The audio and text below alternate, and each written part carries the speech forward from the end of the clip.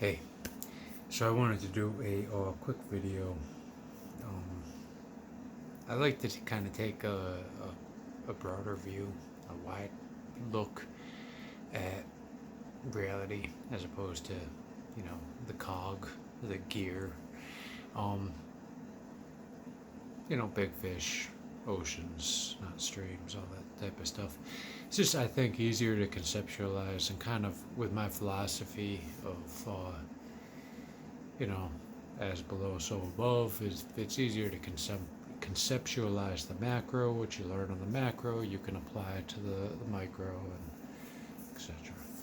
So I was kind of thinking about politics, which I hate to do lately, and it's kind of a suicidal culture, um, and not just ecologically, um, because there's many ways to look at it, many potential threats, wolves closest to the sled, so to speak. So the argument could be always made for a justification for this pollutant or that pollutant based on short-term threats prioritized over long-term threats, and etc., etc. But in general, it is a culture of death. It is kind of a suicide pact, uh, with kind of like most of Western society. And I was just kind of like wondering why, you know? And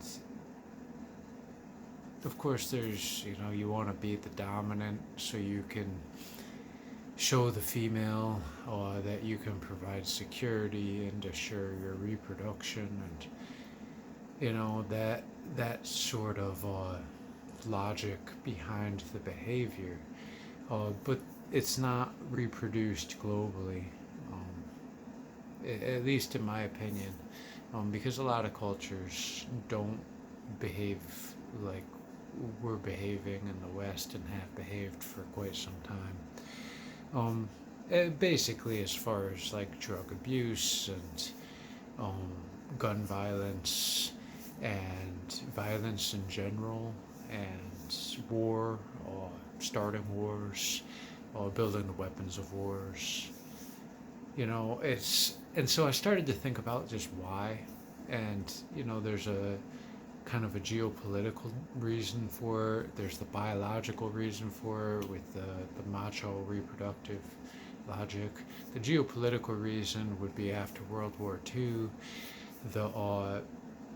the need for global security and the preservation of national borders to prevent a third world war gave rise to the New World Order. The New World Order was really a military industrial agreement, partnership, whatever, where basically, the UN Security Council, the winners of World War II would work together to quell any invasions, basically, so that it didn't snowball into land grabs after land grabs after land grabs, which would lead to World War III. So that's kind of one geopolitical justification for kind of the building of all the guns. Um, but it's more than that, I think. So I started to look a little bit deeper, and I honestly do think that religion and belief systems play a role in the inevitable consequences felt by society. And by that, I mean specifically the difference between monotheistic belief systems and polytheistic belief systems, and kind of the vulnerability of the unfaithful to just be governed by the fear of death. Um, I think is so. If you have an agnostic society uh, that doesn't believe in heaven or hell or any afterlife, um, then essentially, they might as, you could just, anybody who doesn't believe in an afterlife, period, reincarnation or heaven or hell, is going to probably be more susceptible to manipulation through fear of death. Probably. So I would consider those people like the sheep. So if you don't believe in heaven or hell or reincarnation, you just believe, you're a piece of meat, and when that meat dies, you die, and it's no loss of consciousness, and no reincarnation, and no heaven, no soul, no I, no anything. Then I think that you would be very easily controlled by anything that threatens that, because it's very fragile in your mind. Now, on the flip side, I think that monotheistic cultures are going to be intrinsically more susceptible to collapse, to suicide, for obvious reasons. The finish line is after death. So the incentive to keep even the self or the society going is intrinsically diminished by that belief system, if that belief system is legitimate and not just a facade. So I'm not saying that, true suicide per se, hanging yourself or shooting yourself in the face. I mean, drinking alcohol every day, or starting fights that you can't win, and etc., etc. Patterns of behavior that are subconsciously engineered to bring about your early demise. So the slow suicide through, poisoning, or self-sabotage, or any number of obviously harmful behaviors that threaten you and your offspring. I think that monotheistic cultures are going to lean towards that, whereas polytheistic cultures, which are intrinsically going to be more infinite oriented, where if you believe one, not many, one beginning, one end, one God, all that,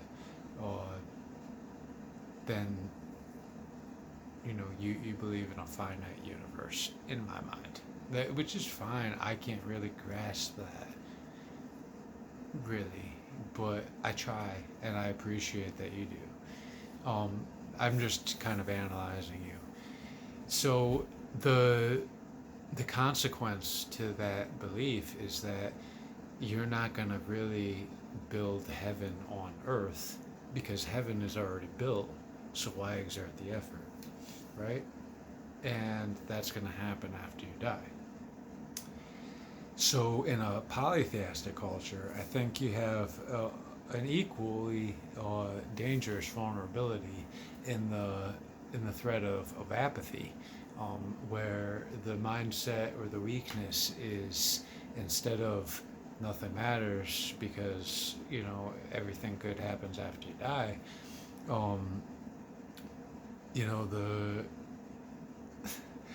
the weakness becomes nothing matters because it never ends anyway. I'm going to be reincarnated. All I have to do is do as little harm as possible. If I do as little harm as possible, then I get reincarnated into a better life.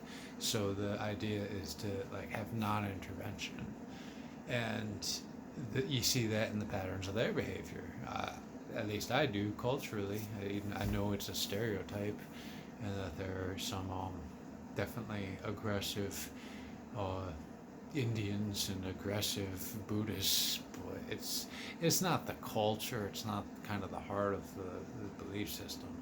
And I think that is an influence, and why the world is kind of on the path that it's on, at least from my kind of perspective, because I do view reality through both, a Western lens and through largely Western media. But it certainly feels like a suicide pact with a government that's fully embraced the inevitable end when I personally haven't embraced the inevitable end. In fact, I feel like I've kind of um, proven the inevitable repetition, if not through conscious, aware effort diligently applied over time. And I'm not saying I'm perfect. I'm not. I'm just saying that, maybe the belief system is part of the problem. Um, just to say to somebody that, when you die, you're going to go to heaven, it makes them maybe not want to make heaven here. When I think making heaven here, like, it's possible for whatever it is. I think that's the objective, like, if anything, we get reborn over and over and over again until we, like, achieve immortality and break free from the bonds of, whatever stellar system we're bound to, um, and achieve a tangible heaven. At that point, you break the cycle of reincarnation on that particular rock in a very like, actual physical way. You end the cycle of reincarnation by achieving nirvana, by achieving Shambhala, by achieving heaven on earth, or heaven as a social objective, as opposed to war or domination. I mean, and then the question is, in the West, do we even have social objectives? And the answer, I think, is, what is the definition of a cult? And I think that's the point, right? So in a lot of countries, they'll have a 5-year plan, a 10-year plan, a 15-year plan. And those plans are public. And they take steps to achieve those plans. And then in America, we say we don't have a plan. We address issues as they arise. But that's, I don't think, the truth. I think that they're very much governed by plans made by people who they hide from us. And I question the honor behind that deception. So that's it for today. I was just kind of thinking about how we can avoid the apocalypse and, stuff like that. Later.